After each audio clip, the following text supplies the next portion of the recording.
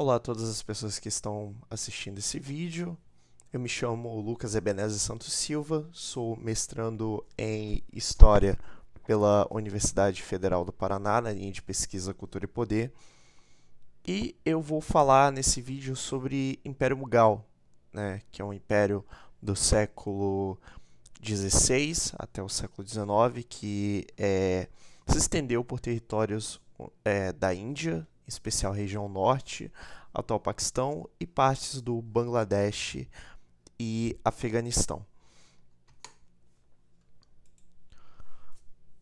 Para começar a falar sobre Império Mughal, eu gosto de discutir dois conceitos, né, que atualmente, inclusive, estou desenvolvendo eles na minha pesquisa. Se trata do conceito de cosmópole sânscrita e o conceito de mundo do Persianato.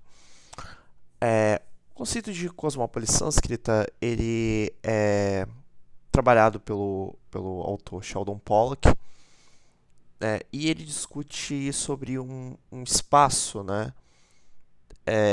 territorial onde nós vamos encontrar elementos comuns no modo de vida, na política, na cultura, na religião, baseados na literatura em sânscrito, né? É elaborada principalmente durante o século IV até o século XIV, nas regiões aqui do sul e sudeste asiático, né, basicamente. Enquanto o mundo do Persianato, né, vai trabalhar com a ideia de que a gente vai ter essa mesma zona territorial, né, só que influenciada pela literatura persa, né, e é desenvolvida principalmente no do século IX até mais ou menos, perdão, do século XI até o século XIX, né, na região aqui do sul, né, parte do sul aqui, oeste e Ásia Central, basicamente. E por que eu gosto de introduzir esse conceito? Porque aqui na região do sul, né, em especial a Índia, os territórios aqui do Paquistão, Afeganistão e Bangladesh, né, os territórios onde a gente consegue encontrar interações entre tanto regiões de domínio do Império Mughal quanto de interações com o Império Mughal, a gente consegue encontrar, né, perceber um encontro entre esses dois mundos, que vai ser uma ideia desenvolvida principalmente pelo historiador Richard M. Eaton, né? Ele que vai é um autor que gosta de pensar nesse conceito, né? Tanto que acabou sendo uma influência para começar a desenvolver uma pesquisa sobre a interação entre esses dois mundos em si. O Eaton ele faz uma comparação interessante entre esses dois conceitos com o conceito de mundo helenizado, ou seja, um espaço, né, que vai ser influenciado pela cultura helênica. Ou seja, falar sobre sociedades que vão se desenvolver em diversos aspectos a partir de uma influência da cultura helênica.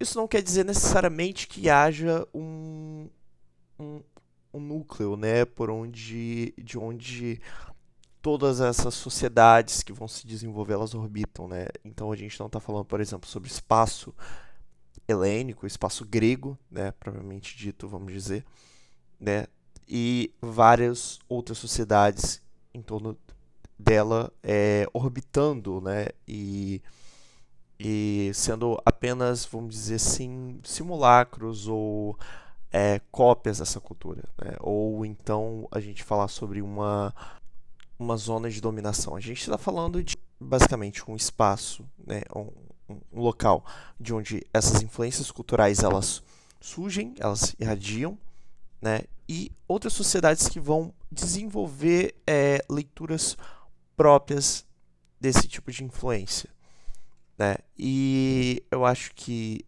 no caso, talvez a gente possa pensar que uma influência, por exemplo, helênica ou de um mundo romanizado, por exemplo, tem mais a ver com dominação. Mas não vai ser o caso aqui tanto da cosmópole sânscrita quanto do mundo do Persianato, Nesses casos, a gente está falando de trocas culturais, comerciais, né, de contatos, né, muito mais do que propriamente conflitos e dominação, ainda que também esse tipo de situação tenha ocorrido. No caso do mundo do persanato, um elemento importante, né, já que a gente está falando sobre literatura, vai ser o chamado Novo Persa, né, que vai ser uma amálgama do Médio Persa, do Irã Sassânida e do árabe, né, ou seja, se apropriando principalmente do alfabeto, né, árabe, que vai se tornar uma espécie de língua franca da região. Que vai ser um outro elemento que ele não necessariamente seja um elemento crucial, né, desses dois conceitos, essa língua franca, mas acaba sendo um elemento importante, vamos dizer. Mas a grande questão é que essa disseminação vai ocorrer principalmente através dessa literatura e não se trata propriamente de uma relação de dominação sobre outros espaços, mas sim um espaço de um grande território de trocas culturais, basicamente. Mas do século XI, então, do século IX, perdão, ao XI, o mundo do persanato ele vai se desenvolver, né, para grande parte do oeste, centro e sul asiático. E a Índia, né, vai ser, portanto, como eu havia comentado anteriormente, esse espaço de uma interação prolongada e multifacetada entre o mundo do persanato e a cosmópole sânscrita. E bem, como a gente vai perceber, né, essas origens da dinastia do Império Mughal, né? Já que ele acaba por ser um objeto muito interessante para a gente falar sobre essa interação entre o cosmópole sânscrita e o mundo do persanato, né? Onde ele vai se originar? Vai se originar justamente numa região que é parte desse mundo do persanato, né? No caso, a Ásia Central, né? No atual Uzbequistão, né? Em 1483, vai nascer Sahiruddin Muhammad Babur, né? Ou como ele se coroou, né? Apenas Babur. E o Babur ele era parte de uma família nobre da Ásia Central, basicamente, mas que se encontrava em uma situação de pouco prestígio na época.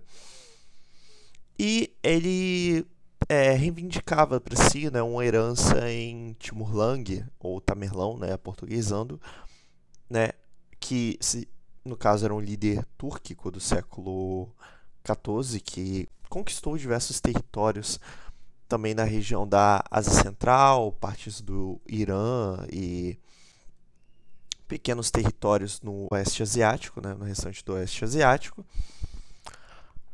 e que conseguiu construir um império, né, o Império Timúrida dele, era de uma cultura bastante persianizada, mas também com influências da cultura mongol, pela qual o Babur também reivindicava uma certa ascendência para si, em especial através do líder Chagatai Khan, e também, em partes, também ele reivindicava a herança para si de Gengis Khan.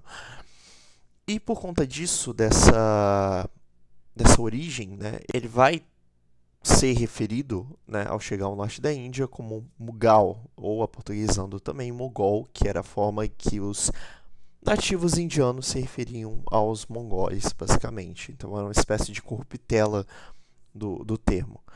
Ele se tornou soberano da cidade de Fergana em 1494, né, bem jovem ainda.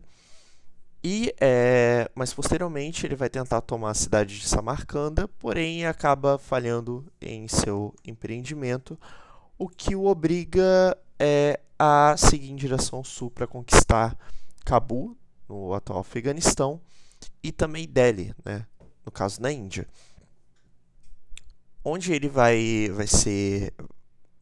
obter mais sucesso e vai se proclamar Padshah, né, que é um título claramente influenciado por uma cultura persa, sob o nome de Babur entre os anos de 1507 e 1508. Né? Assim a gente tem uma data precisa. Em 1526, ele vai obter vitória sobre a dinastia Afegã Lodi, que era a dinastia que comandava o estado do Sultanato de Delhi, na Índia. E ele vai iniciar propriamente o Império Mughal nessa data, né?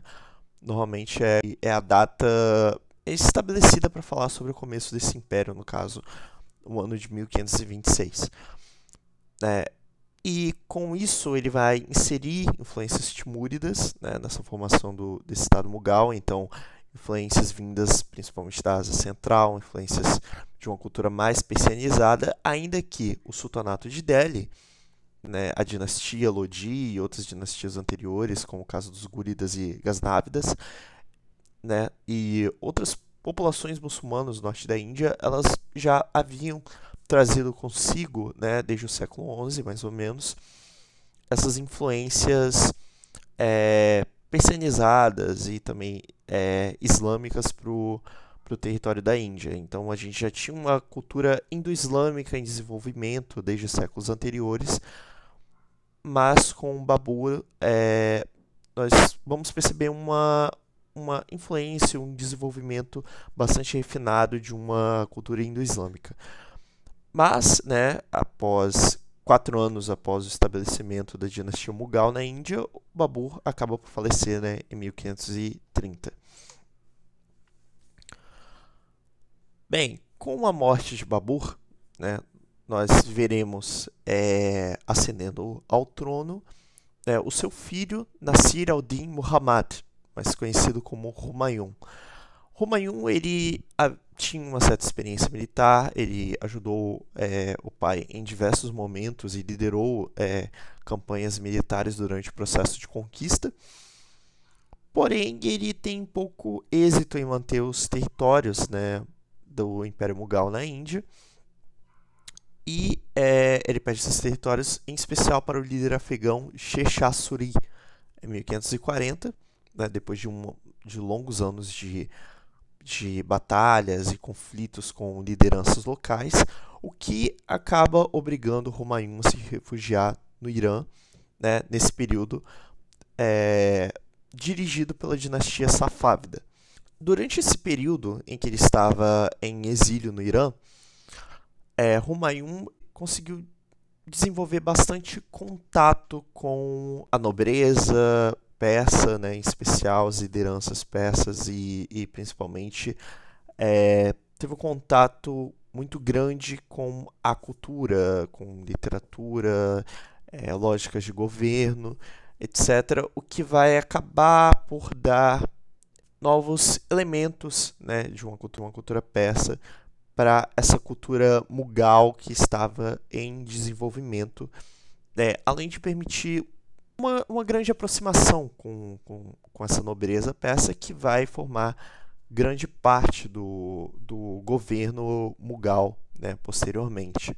Inclusive porque é justamente com o auxílio dessa nobreza iraniana e com o Estado também da dinastia Safávida que Humayun vai retomar o território da Índia em 1555. E bem, logo após ele reconquistar a Índia, né, no ano seguinte, ele acaba falecendo. E quem vai assumir o trono vai ser o seu filho, né, Abul Fath Jalaluddin Muhammad Akbar, ou como ele vai, né, reinar, Akbar, no caso, vai assumir esse título, né, aos 13 anos, ainda bastante jovem. É dito, né, em algumas fontes que o Akbar, ele, no caso, ele não foi bem preparado para assumir esse posto, mas ele tinha várias qualidades de liderança e era reconhecido por vários talentos e habilidades militares, e muito disso ajudou Akbar, no caso, a se tornar um líder excepcional no futuro. Tanto que aos 20 anos, né, ele consegue assumir controle total do seu império e então se desvencilhar da mão firme dos regentes, em especial sua mãe, e ele vai iniciar sucessivas campanhas militares para o norte da Índia. E, bem, ele acaba por ter sucesso nisso, recupera todos os territórios antes conquistados pelos afegãos e aí de fato consegue estabelecer de uma forma mais contínua, né, o Império Mughal também no território da Índia e do Paquistão. E bem, um dos grandes inimigos, vamos dizer, para o estabelecimento da sua dinastia vai ser o grupo, né, a casta dos Rajput, basicamente, né, que eram parte de um grupo guerreiro do norte da Índia, bastante bem estabelecido, mas à medida que Akbar ele vai tendo sucesso em suas campanhas e vai conquistando seus territórios, ele vai integrando, né, justamente os Rajputs dentro do governo, no geral. Então, direcionando esse grupo para cargos, né, do Estado, então eles assumindo de autoridade para o Império, além principalmente de alianças através do casamento, tanto com nobres de origem persa quanto nobres de origem, entre aspas, hindu, né, então do norte da Índia, em especial justamente as que eram parte do grupo dos Rajput, né, do clã Rajput, basicamente. E isso ajudava a estabelecer relações de paz, assim como também ajudou a ir moldando a cultura e as formas de governo do Império Mughal, já que eles acabavam por adotar vários elementos que, na verdade, eram mais comuns, né, aos grupos nativos, mais uma vez, entre aspas, hindu, né, já que a gente não teria uma religião aqui nesse período para chamar de hinduísmo propriamente dita, mas uma convenção para a gente falar sobre o sistema de crenças e de culturas, né, que existiam na Índia. E bem, quando Akbar ele consegue estabelecer o seu império, né, ele consegue trazer uma grande estabilidade e desenvolvimento, principalmente nos núcleos, né, nos núcleos urbanos a gente vai encontrar um grande desenvolvimento a partir do momento que a gente tem o Império Mughal bem estabelecido. Tanto que, falando da população urbana, né, que é um tema que acaba me interessando muito, já que eram justamente nos povoamentos urbanos que nós encontramos essas dinâmicas culturais e trocas culturais e tudo mais, né, era comum que cada um desses povoamentos tivesse em média 5 mil pessoas, enquanto algumas das principais cidades, né, alcançavam o marco de 100 mil a 200 mil pessoas. Então, desde a antiguidade, né, a Índia se tratava de uma região, né, falando da Índia enquanto região e não enquanto a configuração de país que nós temos hoje. Então, falando de um território que podia abarcar Bangladesh, a Índia, o Sri Lanka, Paquistão e até mesmo o Afeganistão, a gente encontrava uma população muito, muito vasta, já que nós estamos falando de um território que era suprido por grandes rios, como o próprio Ganges, o rio Indo. Então a gente encontra grandes populações concentradas, tanto no meio urbano quanto no meio rural, né? E enquanto a gente falou aqui dessas cidades que alcançavam 100 mil a 200 mil pessoas, né, nós também podemos falar de cidades como Agra e Delhi chegando a meio milhão. Então a gente está falando de populações muito densas. E comparando no Ocidente, por exemplo, em 1600 apenas 3 cidades na Europa excediam 200 mil pessoas, né? O que era uma quantidade comum para algumas das grandes cidades do Império Mughal, enquanto só 9 delas excediam o número de 100 mil. Então a gente pode perceber que havia uma notável diferença para falar dos núcleos urbanos da Índia. Bem, uma coisa notável também durante o reinado de Akbar é justamente a tolerância, né, e a convivência entre diversas religiões, né? Então, justamente por conta dessa aproximação, principalmente com a casta dos Rajaputs, a população hindu local. É, o, o Akbar ele tinha um certo interesse, né, em conhecer essas outras filosofias, esses outros pontos de vista, né, o que é um elemento bastante curioso, considerando que o Akbar, de acordo com algumas fontes, ele era uma pessoa iletrada, né, ele não conseguia ler, né, o que alguns autores vão até apontar uma possível dislexia por parte dele, né, então, né, não seria por uma falta de interesse, mas por uma limitação mesmo, né, da parte dele. Mas ele era uma pessoa que estava sempre contratando e pagando pessoas para lerem para ele, né, diversos clássicos da literatura, como o caso do Shahnameh, por exemplo, né, o livro dos reis persa, que era uma leitura que interessava bastante ele.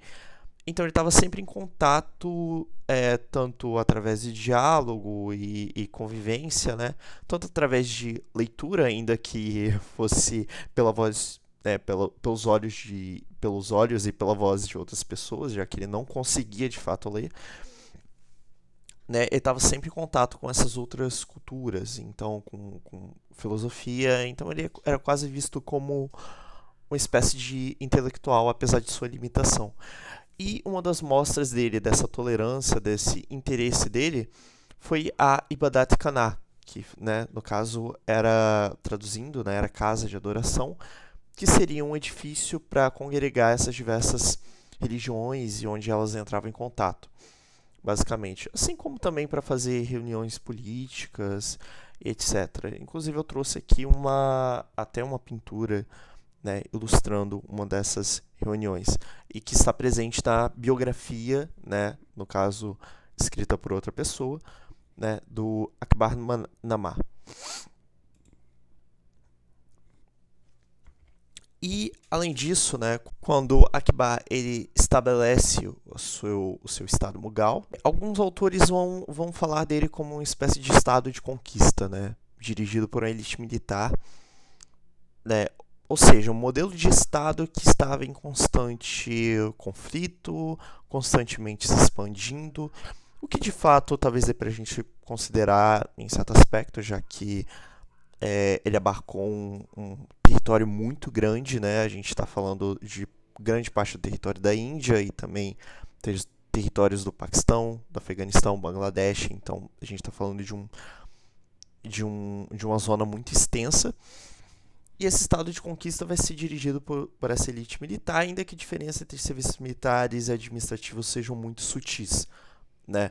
Era esperado que, por exemplo, a nobreza, né, e quem ocupasse postos de grande responsabilidade, grande prestígio no Império Mughal, eles soubessem ter um conhecimento administrativo militar muito grande. As coisas acabavam se misturando, mas muitas vezes, por exemplo, um desses dirigentes ele alcançava um posto militar, mas ele tinha mais experiência administrativa, e às vezes acontecia o contrário também. Então, era tudo bastante sutil, bastante nebuloso, as coisas acabavam por se misturar de uma forma bastante notável.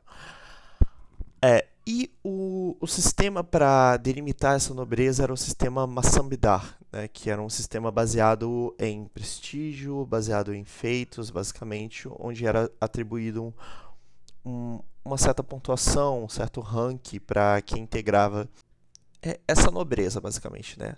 Sistema Massambidari, vamos dizer. E para isso, por mais que, como eu disse, seja um sistema onde se misturavam tarefas militares e administrativas, normalmente se exigia que quem ocupasse esse posto tivesse um certo número de cavaleiros sob seu serviço. Então, a conotação militar era bastante presente, ainda que não necessariamente seja uma exigência. Esse sistema ele se origina ainda durante o reinado de Babur, né, mas ele vai ganhar seus contornos, né, totais e vai ser bem estabelecido de fato com Akbar. E bem, metade deles eram predominantemente persas, o Mughal, né, tinham origem na Ásia Central, enquanto a porcentagem considerável eram de afegãos e uma minoria era de nativos indianos, principalmente no caso, né, Rajaputs, basicamente. Um elemento muito importante também para cuidar da administração desse território extenso, né, do Império Mughal era os Tisantel, que eram mensageiros, né, extremamente eficientes, que de acordo com algumas fontes, né, como era o caso do enviado à Índia, né, uma parte da Companhia Holandesa das Índias Orientais, Francisco Pelsart, eles consumiam ópio de maneira regular, então para eles se manterem em constante movimento, etc., eles precisavam se manter em constante doping. A nobreza, né, essa nobreza Mughal, ela se comunicava principalmente através do persa, né, enquanto a maior parte da população se comunicava através de um idioma semelhante ao atual hindi. Então a gente percebe aqui ainda essa influência de uma cultura bastante persianizada, mas já que, considerando que os Mansabdari, né, eram predominantemente persas ou Mughal, né, e já estavam, né, já eram bastante influenciados por essa cultura persa, assim como esses afegãos, né, era, assim, compreensível que o idioma persa tenha se tornado a principal forma de comunicação desse estado Mughal. Além disso, né, dos Mansabdari, como dirigentes também nós notamos os Quiladar, né, que seriam equivalentes assim a governadores, né? Eles não eram exatamente governadores, mas eles ficavam responsáveis por comandarem fortalezas importantes, estratégicas. Então eles acabavam sendo responsáveis por, de certa forma, administrar certos setores, né, do estado Mughal, basicamente, além de termos os Kotwal, que eram uma espécie de oficiais de polícia responsáveis por executar a lei em determinados territórios. Então, né, a gente tinha um corpo bastante bem organizado de uma estrutura Mughal para cuidar desses assuntos. E, bem, além disso, né, já que nós falamos também aqui sobre a nobreza e sobre a questão dessa comunicação, né, os príncipes, né, Mughal, que inclusive, né, até certa idade eram criados junto com as mães, né, nos harém, nos mahal, que eram espécies de palácios, né, e nas ananas, que eram espécies de apartamentos para as mulheres, né, da nobreza. Os príncipes, eles normalmente deviam possuir conhecimento do persa, do hindi, algum conhecimento também de turco, né?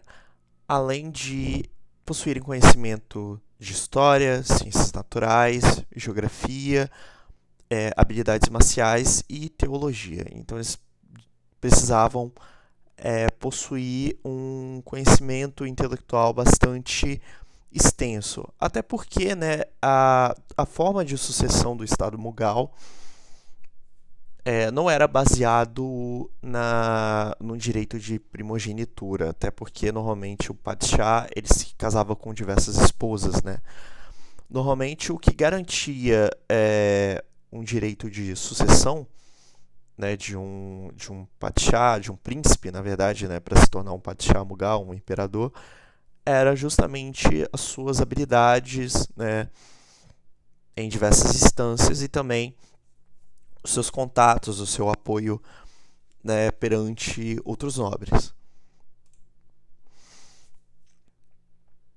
E bem, para garantir, no caso, essa permanência de um Estado Mughal, né, era necessário ter um exército bem organizado. E, de acordo com certas fontes, né, os exércitos eles se comportavam como cidades em movimento. Então, era um exército bastante numeroso e bem organizado. E eles agiam como cidades em movimento, com a tropa que continha cerca de 200.000 a 300.000 pessoas e uma vasta quantidade de tendas, bagagens, mobília, né, sendo carregadas aproximadamente por 50.000 cavalos e bois. Esse exército era composto também por cavalaria pesada, elefantes, artilharia, infantaria, até mesmo dançarinas para o entretenimento das tropas. E Eu acho que dá pra gente apontar que, por exemplo, esses exércitos, né, nessa lógica de serem cidades em movimento, a gente pode perceber talvez uma herança é, de um elemento mongol, né, de uma tropa mongol, basicamente, porque a gente está falando de uma lógica de quase que nômade aqui nesses exércitos, além de congregar esses outros elementos aqui, né? Como a cavalaria, que vai ser um elemento bastante importante para esse exército Mughal. Ainda que no caso do Babur, né, que foi a formação que eu acabei deixando de lado anteriormente, mas vale comentar, o Babur, né, ele também reivindicava, mais uma vez, né, lembrando, para ser essa herança Mughal, essa herança mongol, né, ainda que ele preferisse reivindicar mais uma herança túrquica, já que ele achava que era uma cultura mais refinada, ainda que nós possamos notar elementos de uma cultura mongol bastante presentes também no Estado Mughal, em especial em toda a lógica militar. Esse exército, então, era dividido em dois grupos, né? Uma guarda doméstica, que seria ligada ao Padshah, e o grosso do exército, que era formado por tropas ligadas aos seus comandantes. E aí, né, a gente pensa, tá, então se os nobres locais tinham exércitos, né, tinham seus exércitos, ou seja, esses comandantes em si, havia perigo de rebeliões, né, e realmente havia, mas era comum também que o Padshah ele realocasse a cada certo período de tempo, né, esses nobres para outros territórios nos quais eles eram administradores, para que eles não fidelizassem tão bem os seus exércitos e houvesse risco de rebeliões, ainda que elas acontecessem. E esses exércitos eram formados, portanto, por nobres e plebeus, né? Ainda que os plebeus eles ficassem restritos a postos menores, né? Enquanto é claro que os nobres acabavam tomando a liderança de cargos maiores, né, no exército e no estado Mughal, além deles cooptarem grupos nômades armados, né, que na falta de verba para serem pagos, normalmente, né, recebiam como recompensa os espólios de guerra, basicamente. Essas forças militares eram compostas por muitos imigrantes, né, principalmente da Ásia Central, Irã e Afeganistão, assim como os Rajputs e Marathas, que eram dois, né, grupos locais do norte da Índia. Bem, em 1605 faleceu Akbar e ele acaba por ser sucedido por seu filho Jahangir, né? Ou no caso seu nome pessoal Nuruddin Muhammad Salim.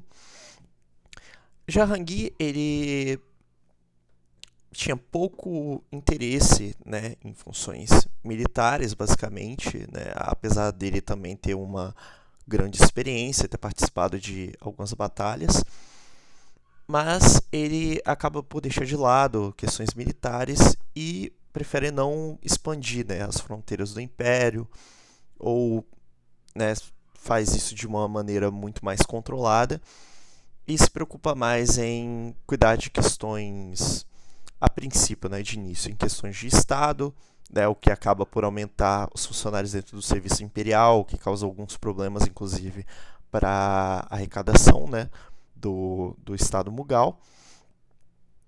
Mas o seu principal interesse, na verdade, era se ocupar de atividades mais artísticas, né, em especial o patrocínio das artes, né, principalmente atividades idílicas no geral. Ele teve alguns problemas com, por exemplo, dependência de álcool, etc. Então ele não tinha muito interesse nas funções administrativas em si.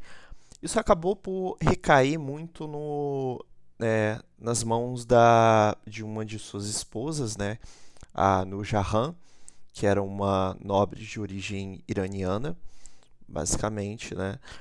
É, que ela acabou por coordenar, né, a política imperial justamente na falta de interesse do Jahangir.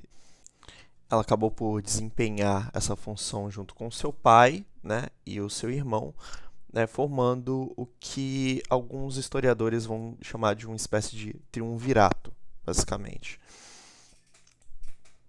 E aproveitando para falar sobre, já que estamos falando sobre a Nujahan, né, é, ela traz um elemento interessante para a gente estudar, né, principalmente através do livro da historiadora Alison Banks Findlay, né, Nujahan, Empress of Mughal India, que ela fala sobre, né, através da Nujahan, ela analisa como seria a vida das mulheres, né, no Império Mughal, em especial no caso das mulheres nobres, né, já que através delas a gente consegue encontrar,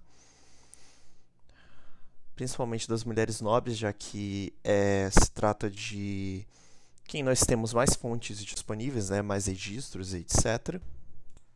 Acontece que com essas mulheres, o caso da Nujahan é interessante para a gente conseguir, né, estudar um pouco do que era a questão das mulheres no Império Mughal, né? No caso, as mulheres nobres em especial, já que aqui nós temos uma certa disponibilidade de fontes, né? E, bem, as mulheres normalmente, né, da nobreza, elas ficavam, né, dos Mahal, que eram uma espécie de palácios da nobreza, né? E elas ficavam relegadas ao espaço dos ananas, que eram uma espécie de apartamentos ali, né, tipo uns quartos, né, onde elas residiam, né, seguindo o costume da purda ou parda, né, que é um costume dentro da lei islâmica que determina que as mulheres elas só podem ser vistas por seus maridos, homens da família, etc. Então elas ficavam relegadas a esse espaço normalmente, né? Ou então tinham que utilizar o véu, né, para não ficarem expostas.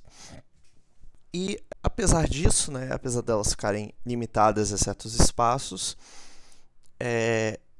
os Mahal eles acabavam servindo como um espaço de produção, né, de produção e disseminação cultural, né, onde elas podiam se ocupar com atividades como a poesia, a música, pinturas também.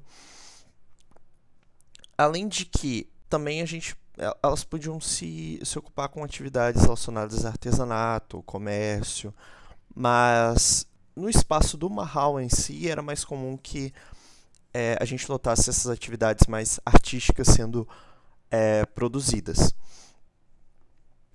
Inclusive, né, eles acabavam por ser guardados muitas vezes pelas Urtubegs, que eram mulheres guerreiras, né, portando armas como mosquetes, adagas, espadas, né, que elas possuíam formação militar e acabavam estando como guardas, é, já que elas poderiam, no caso, né, ver essas mulheres sem qualquer tipo de problema. Os Mahals também eles costumavam ser acessados, como eu havia comentado anteriormente, por príncipes, né, até certa idade, além de eunucos que faziam, né, que muitas vezes estavam auxiliando em questões financeiras, de administração, e em alguns casos também entravam cantores, né, pintores, médicos também, né, para justamente atender essas mulheres, ainda que a entrada seja bastante restrita.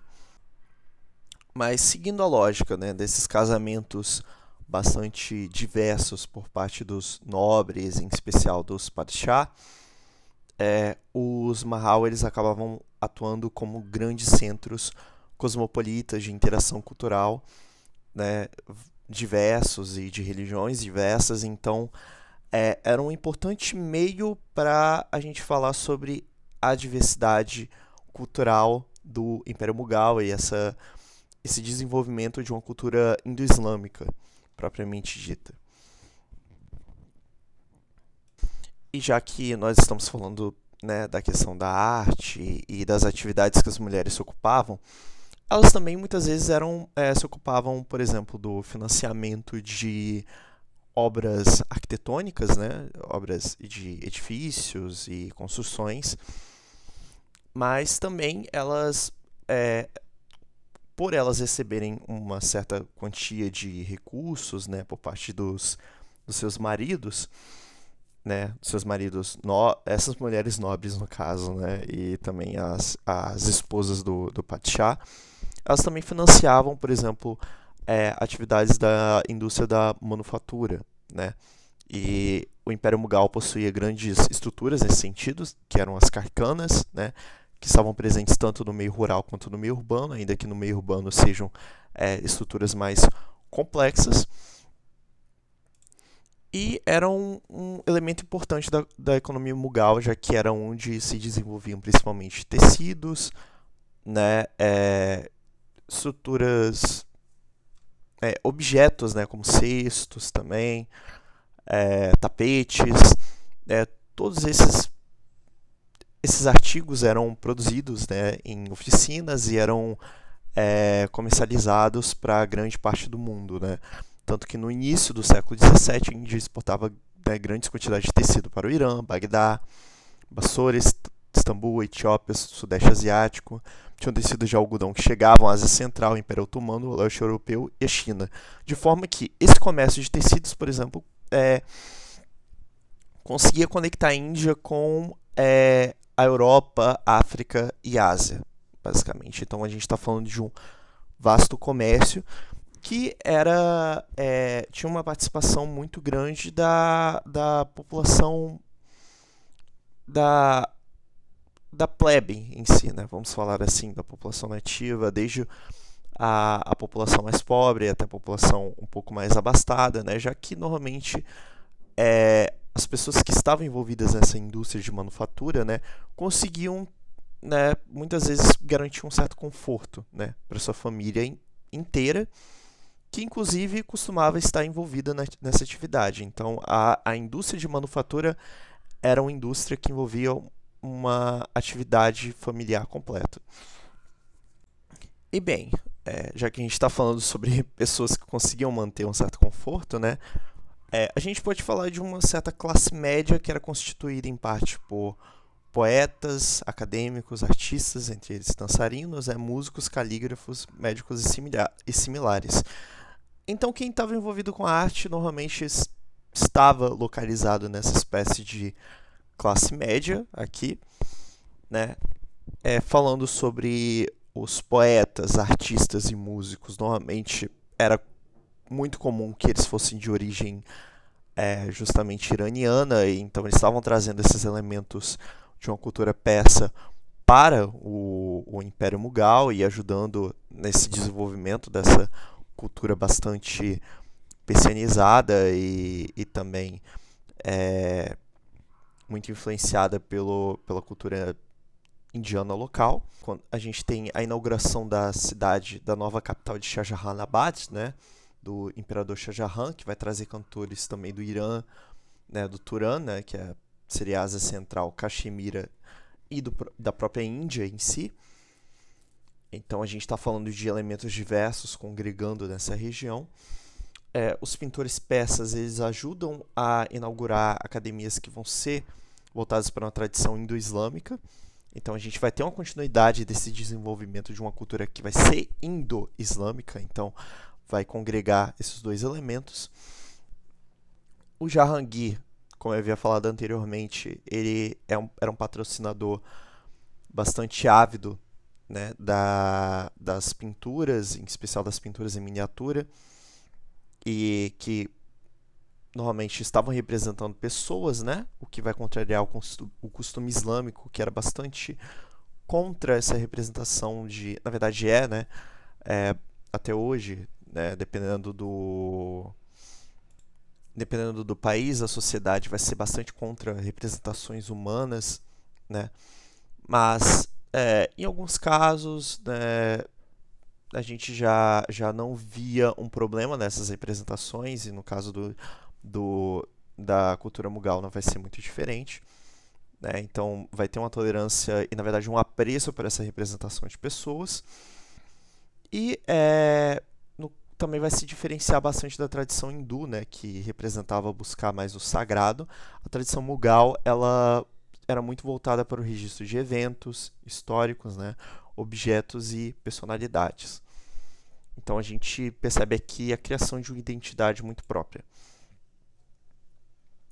Sendo a Noor Jahan uma pessoa de bastante poder e prestígio no Império Mughal, ela vai tentar colocar como sucessor de Jahangir, né, um de seus filhos, né, chamado Shahryar, que vai assumir o trono em 1627 com a morte de Jahangir.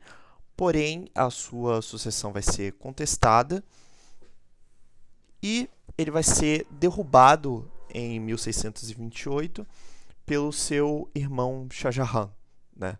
No caso, Shah Jahan, seu nome de reinado, né? Mas ele tinha como nome de batismo Mirza Shahab Uddin Muhammad Quran, né? Em algumas fontes ele aparece sendo muito citado como Quran, né? Basicamente, mas vai assumir o trono como Shah Jahan nesse ano de 1628. Mas antes mesmo de assumir o trono em 1628, Quran ele eliminou vários, né, de pessoas que pudessem contestar o seu poder. Então, eliminou sobrinhos, primos homens e até mesmo irmãos, como foi o caso posteriormente de Shahryar, né, muito antes ainda de ter sua. Muito antes de contestar, né, o trono de seu irmão. E bem, com Shah Jahan a gente vai perceber uma presença ainda maior de iranianos, né, ocupando a hierarquia estatal. E vai ser notável com ele a fundação da nova capital, né, Shahjahanabad, em 19 de abril de 1648, que vai atrair diversos arquitetos vindos do Irã, além da participação do próprio Padshah no planejamento da cidade. O Shah Jahan ele tinha um interesse muito grande também nas artes, né? Só que o interesse dele principal vai ser no campo da arquitetura, basicamente. Ainda que ele seja um pouco mais presente nas questões de Estado, ao contrário de seu pai. Mas o seu principal empreendimento nesse sentido vai ser a fundação dessa nova capital, levando seu nome. É, e, bem, já que a gente está falando sobre a questão da arquitetura, com o Shah Jahan, né, a gente pode falar disso de maneira interessante, já que foi dele, né, vamos dizer assim, a autoria de um dos maiores monumentos da história da humanidade, um dos mais populares da Índia, se não o mais popular, que é o Taj Mahal, que ele construiu em homenagem a uma de suas esposas, né, a Mumtaz Mahal. E a arquitetura, né, Mughal, ela tem um elemento bastante interessante, já que é uma estrutura que congrega elementos diversos, né, da arquitetura islâmica e da arquitetura indiana, em especial Rajaput, como alguns elementos que a gente pode notar, por exemplo, é o Diwan, que é esse portal aqui, né, que a gente nota em várias estruturas, que é um elemento, por exemplo, islâmico. Aqui a gente tem essa abóbada, né, as abóbadas no geral, os minaretes, que são essas torres, são elementos bastante comuns da arquitetura islâmica. Porém, a gente pode notar alguns elementos aqui, como os chatri, que são essas estruturas aqui, né, que a gente tem, são estruturas octagonais, né, que a gente percebe em vários edifícios aqui. Além do uso de, por exemplo, do arenito vermelho, arenito branco também. A gente percebe aqui uma prevalência da cor vermelha, de uma cor mais amarelada aqui para branco também em algumas estruturas, que são elementos muito comuns da arquitetura indiana, né? Principalmente Rajaput, do norte da Índia, que vão ser apropriados por essa cultura Mughal, que vai desenvolver uma arquitetura muito própria, além da presença do mármore branco, que aí vai ser um elemento bastante distinto da arquitetura Mughal em si. A arquitetura Mughal também é um elemento que vai ser bastante notável, são os charbagh, que são esses jardins aqui de 4 quadrantes. Você pode perceber aqui, ó, aqui na imagem da esquerda, a gente tem essa pequena estrutura aqui no centro e 4 quadrantes em volta, né? A intenção, né, dos charbagh era representar como se fossem os jardins, né, do paraíso, do pós-vida, basicamente. E a gente percebe também aqui canais de água que ajudam a tornar o ambiente mais refrescante, também irrigar esses grandes jardins, a presença de árvores, né? Muitas árvores que inclusive eram encomendadas de outros lugares. Essa estrutura, né, os charbagas são presentes em todo mundo persianizado, basicamente, são muito bem notados em todo mundo persianizado. E no caso do Império Mughal não foi diferente. E bem, sultanatos anteriores do norte da Índia, né, eles já haviam trazido essas fortes influências islâmicas para a arquitetura local, então a gente está falando de uma arquitetura indo-islâmica que já estava em desenvolvimento há bastante tempo. Os Mughal eles vão se inspirar principalmente em cidades da Ásia Central como Fergana e Samarcanda, no atual Uzbequistão, que são cidades que possuem esses elementos persianizados muito fortes, ainda que no caso da Índia Mughal a gente vai ter esse desenvolvimento de identidade ainda mais única. E de acordo com a historiadora Catherine B. Asher, né, a convergência das tradições iranianas e indianas em uma menor fração das europeias vai originar toda uma estética Mughal única. Basicamente, então a gente vai ter uma identidade muito própria. E, bem, quem é que era responsável, né, por erigir esses edifícios? Basicamente eram engenheiros, arquitetos, peças, né, fizeram parte de grande parte dessas construções que eram financiadas pelos nobres, né? Era uma tarefa louvável por parte dos nobres financiar, no caso, construções de palácios, mansões, mesquitas, tumbas, né, e jardins, né? Não só em Shahjahanabad, né, bem como em outras cidades. E também eram responsáveis por financiar a construção de caravansarais também, que eram, né, locais de descanso para viajantes, né, e também seguiam uma tradição que já era muito presente no norte da Índia de plantar árvores, né, ao longo das estradas também, das ruas, né, melhor dizendo, para garantir um frescor, né, para a cidade. Então, a gente tinha uma participação muito grande na nobreza, na, na administração pública, né, na construção pública. Bem, Shah Jahan faleceu em 1666 e ele será sucedido por seu filho, né, Muhyi al-Din Muhammad, né, que ele é mais conhecido como Aurangzeb, mas reinou sob o título de Alamgir, né. Aurangzeb, ele, no caso, ele tem um elemento que vai ser um pouco mais distinto em relação aos imperadores, né, aos Padshah Mughal anteriores, porque ele vai ser um muçulmano um pouco mais ortodoxo, né, e durante seu reinado vai acontecer muitas tensões com a população hindu. Ele se diferenciando tanto de seu pai como de seu avô, ele vai demonstrar pouco interesse no patrocínio das artes, né?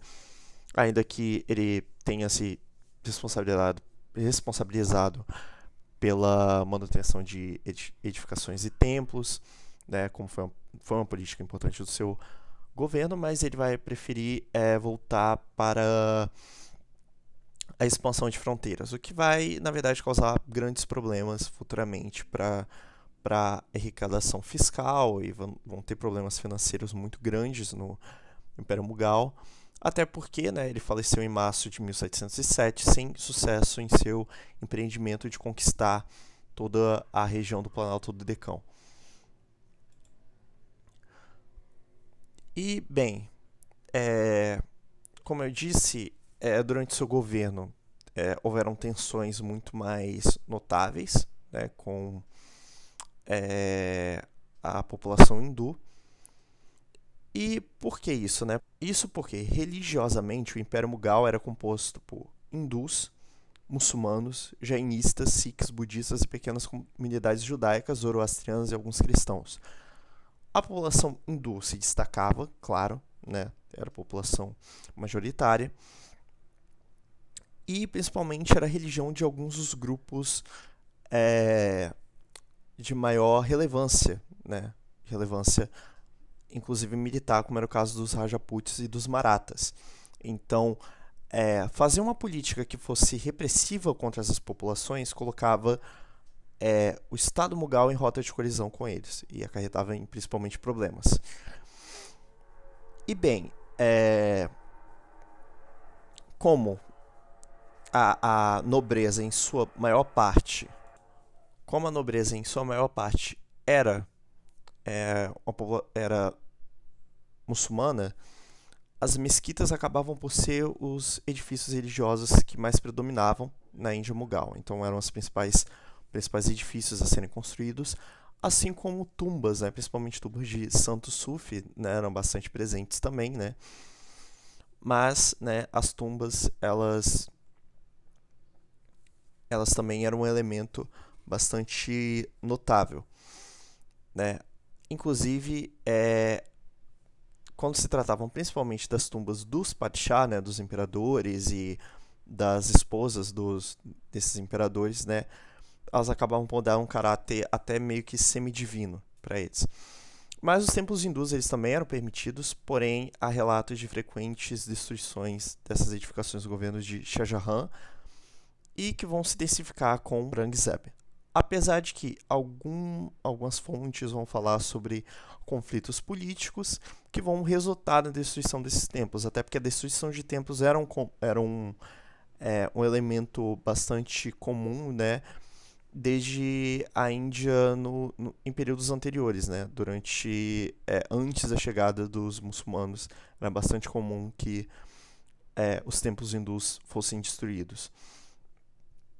Mas, é claro, vai se notar primeiro, né, com Shah Jahan, sendo algo bastante frequente, se diferenciando do caso do Jahangir e do Akbar, onde a destruição de templos era algo bastante comum, e com Aurangzeb, o que vai ser atribuído em alguns casos à sua visão mais ortodoxa de islamismo, vai se tornar algo bastante frequente. E falando sobre as relações ainda entre a corte e o Estado Mughal com a população hindu, né, o Jahangir, por exemplo, ele chegou a proibir, né, o abate de bois e vacas em seu governo, como uma forma de tentar agradar certos setores, né, da sociedade que eram hindu e possuíam um grande poder, uma grande influência. Enquanto a corte de seu pai, Akbar, né, era composta por uma grande diversidade de nacionalidades e crenças, né, tanto que foi durante o seu governo que foi construída a Ibadat Khanah, e nessa interação entre o Akbar e diversas formas de religião, ele tentou formar um culto, né, no qual ele seria dirigente, que era o culto chamado de Din-i-Ilahi, né, a fé divina, que seria uma religião que congregaria esses diversos elementos, do qual o Akbar seria dirigente. Então, claramente, né, também a gente nota uma certa manobra política, né, adotada por ele. Ele também chegou a adotar alguns elementos, né, fortes da cultura hindu, como se apresentar na chamada jaroca, que seria uma espécie de janela para que o dirigente ele se apresentaria para os seus súditos, né? Era uma herança da cultura hindu, né, que foi continuada inclusive pelo Jahangir e depois abolida pelo Shah Jahan, né, por conflitos justamente com a fé islâmica. Mas, em especial, o culto Din e Ilahi, ele não continua a partir de Jahangir, ele é completamente abolido. Akbar também, como uma forma de agradar os seus súditos hindus, ele aboliu a dizia em 1564, que é um costume, né, islâmico de cobrar da população que não é islâmica, né, uma espécie de imposto extra, né, enquanto os muçulmanos eles são absolvidos de pagar esse imposto, mas ele foi abolido completamente. Mas acaba por ser uma política reestabelecida por Aurangzeb em 1679. É notável também que casamentos entre hindus e muçulmanos eram bastante comuns, em especial na corte, como eu havia dito, né? Principalmente por questões políticas, mas isso foi um elemento muito importante para ajudar a formar e refinar essa cultura mughal. Mas essa prática foi proibida por Shah Jahan a partir de 1634. E outro elemento notável também é o incentivo ao casamento de viúvas, né, seguindo a tradição islâmica, que era muito comum. Inclusive, né, a própria Nur Jahan era uma viúva que se casou com Jahangir, né, era uma mulher mais velha do que ele, inclusive, um pouco mais velha. Enquanto o sati, né, que é uma prática de autoimolação, né, da cultura hindu das viúvas, né, para impedir que elas se casassem novamente, né, foi proibido por Jahangir ao final da década de 1620. E bem, com a morte de Aurangzeb em 1707, o Império Mughal ele entra em estado de decadência. Por quê? Porque as campanhas empreendidas por Aurangzeb causaram um gasto exorbitante no tesouro estatal e prejudicaram a relação entre o Padishah e os seus vassalos, basicamente. Né? Porque houve uma deficiência por parte do Estado a partir daí de pagar certos benefícios, de empreender certas obras. Então isso começou a causar uma revolta e conflito com lideranças locais. Isso é um dos elementos que pode explicar justamente esse início de uma decadência, já que após a morte da Aurangzeb, é notável uma efervescência de revoltas, né, de lideranças locais, em especial a Confederação Maratha, e que os seus sucessores vão ter pouco sucesso em controlar. E o que nós podemos notar é justamente uma redução dos territórios do Império Mughal, né, que vai começar a diminuir, a recuar bastante, um território cada vez mais limitado, e vamos ter a formação de novos estados na região do norte da Índia, também ao sul, né, nesses territórios que antes eram ocupados pelo Império Mughal. Então, essas rebeliões, né, vão ser importantes para determinar essa decadência do Império, assim como também as revoltas e rebeliões dos príncipes, né, basicamente. Muitas rebeliões ocorreram enquanto alguns desses padishah estavam reinando por parte de seus filhos. Foi o caso, por exemplo, do próprio Khurram, né, assim como o irmão mais velho dele, o Khusrau, né, Khurram, no caso, futuramente Shah Jahan, e aí um dos seus irmãos, o Khusrau, ele chegou a se revoltar algumas vezes e o Jahangir teve que controlar essa rebelião. Isso sempre causava tensões, já que eles não se rebelavam sozinhos, eles cooptavam vários nobres e várias lideranças locais para participar dessas revoltas e eles se provarem dignos de uma sucessão, ou então até mesmo depor, né, os próprios pais e eliminar irmãos. E claro, também quando essas revoltas não aconteciam durante esses reinados, também ocorriam ao final delas. Então isso acarretava em violentas guerras de sucessão, com vários exércitos se dizimando e irmãos se matando. Então isso deixava o império em situação de fragilidade sempre que havia um período de sucessão. E claro, nessa situação de fragilidade, nós vamos ter a presença de potências europeias como os ingleses, holandeses e portugueses intervindo e alimentando diversos conflitos, né, na Índia, o que vai ajudar cada vez mais a enfraquecer o Império Mughal e os outros estados existentes na Índia, né, de maneira que, por exemplo, o último Padshah, né, o último soberano do Império Mughal, Bahadur Shah II, que iniciou seu reinado em 1887 e foi obrigado a entrar em exílio em 1857, ele era um mero fantoche, basicamente, do governo inglês. Né? Ele já não tinha nenhum poder, né? Demonstrando o longo processo de decadência, né?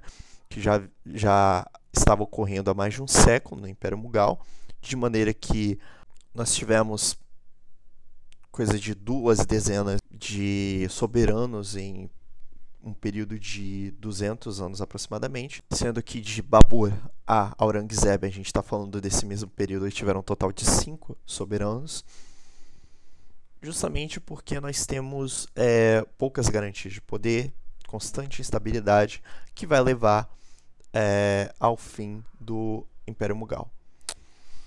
Bem, com isso eu encerro aqui a minha apresentação, né?